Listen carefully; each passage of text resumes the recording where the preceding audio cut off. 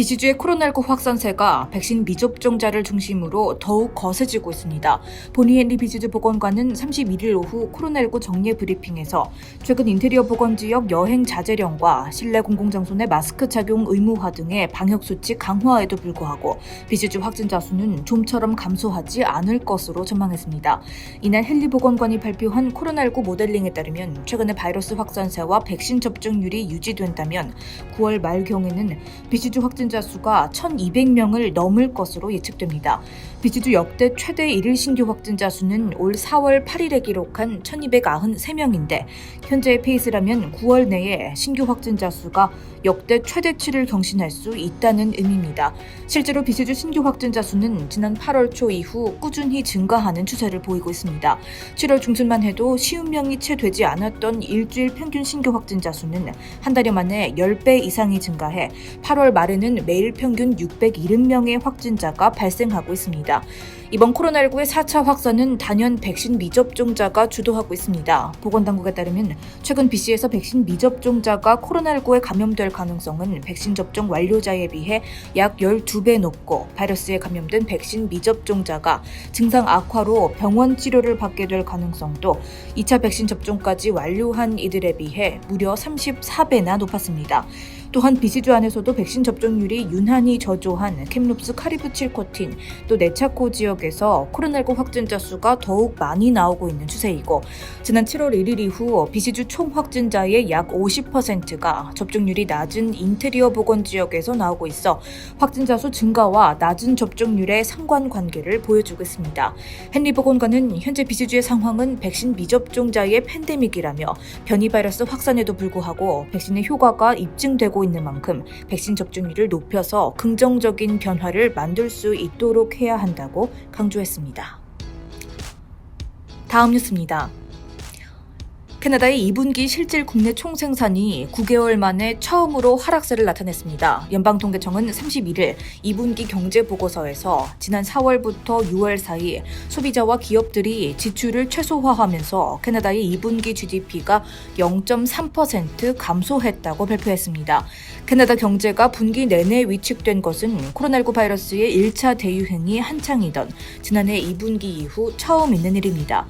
통계청은 주택거래 활동의 위축과 수출 분야에서의 상당한 감소가 올해 2분기 경기 둔화의 주요 요인이었다고 분석했습니다.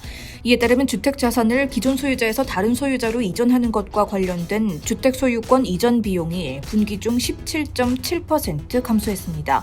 일반적으로 집 구매에는 부동산 중개 수수료와 변호사 비용, 기타 지출과 같은 모든 종류의 비용이 수반됩니다. 따라서 시장이 냉각되면 그 지출도 함께 냉각되는 구조입니다. 이는 새로운 주택을 짓고 기존 주택을 개조하는 지출은 계속 호황을 누리고 있는 반면 전매 주택에 대한 지출은 부진했다는 의미입니다. 통계청은 전국적으로 주택 판매는 올해 3월부터 매월 감소했다고 덧붙였는데 이러한 모든 현상은 재택근무의 확대와 여행 및 기타 활동에 대한 참여 감소, 낮은 주택담보대출 금리, 주택담보신용대출의 증가와 더불어 신규 주택의 수요 증가와 주택 개조에 대한 지출이 지속적으로 상승하고 있기 때문으로 해석됩니다. 또한 이번 반도체 업황의 부진도 경제 둔화의 큰 요인으로 작용했습니다. 통계청은 차량에 사용되는 반도체의 지속적인 부족이 계속되면서 수출 분야가 2분기에 4% 감소했다고 말했습니다. 이와 관련해 통계청은 국제 공급망의 붕괴로 인해 공장 가동 중단 기간이 길어지면서 부품 수입이 제한되고 수출이 크게 감소했다고 설명했습니다. 다음 소식입니다. BC 정부가 병원 내 청소부와 식품 서비스 종사자 등 수천 명의 외주 지원 인력들을 다시 정부 소속으로 되돌립니다. 아드리안 딕스 보건부 장관은 월요일 기자회견을 통해 정부가 BC 헬스케어 분야에서 일하는 청소부와 식품 서비스 직원 등 약 4천 명의 외주 인력을 정부 부처 하에서 다시 고용하기로 했다고 발표했습니다. 이 같은 결정은 앞서 BC 정부가 수천 명의 병원 지역 인력들을 해고하고 저임금 민간 기업에 강제 이전한 지 20년 만입니다. 딕스 장관은 비시주와 보건당국은 민간 기업의 기존 계약 조건에 따라 병원 청소부와 식품 서비스 종사자들의 이전을 시작할 것이라며 이러한 움직임은 병원 지역 인력들의 임금과 근로환경 그리고 고용 안전성을 개선할 것이라고 밝혔습니다. 기존 민간 사업자와 맺어진 총 21개 사와의 계약건은 2022년 3월까지 대부분 종료되며 직원들은 비시 지역 보건당국의 직접 고용 체제를 통해 다시 복귀할 예정입니다. 딕스 장관은 그간 이류 취급을 받아온 수천 명의 병원 지원 인력들이 이번 변화를 통해 부당했던 수십 년을 끝내게 됐다며 앞으로는 병원과 시설을 청결하게 유지해주고 환자의 영양을 보장해주는 인력들의 입지가 높아질 것이라고 내다봤습니다. 한편 병원 지원 인력에 대한 민영화는 지난 2002년 1월 고든 캠벨 전 수상이 보건 및 사회 서비스 제공 개선 법안을 통과시킨 후 병원 지원 인력들을 강제 퇴출하면서 시작됐습니다. 이후 이 법안은 지난 2019년 7월 1일 발효된 법안인 보건분야 법령 폐지법을 통해 폐지됐습니다. 보건분야 법령 폐지법인 법안 47은 기존의 두 법률인 보건 및 사회서비스 제공 개선법 빌 29와 보건부문 파트너십 협정법 빌 94의 폐지를 주요 내용으로 담고 있습니다.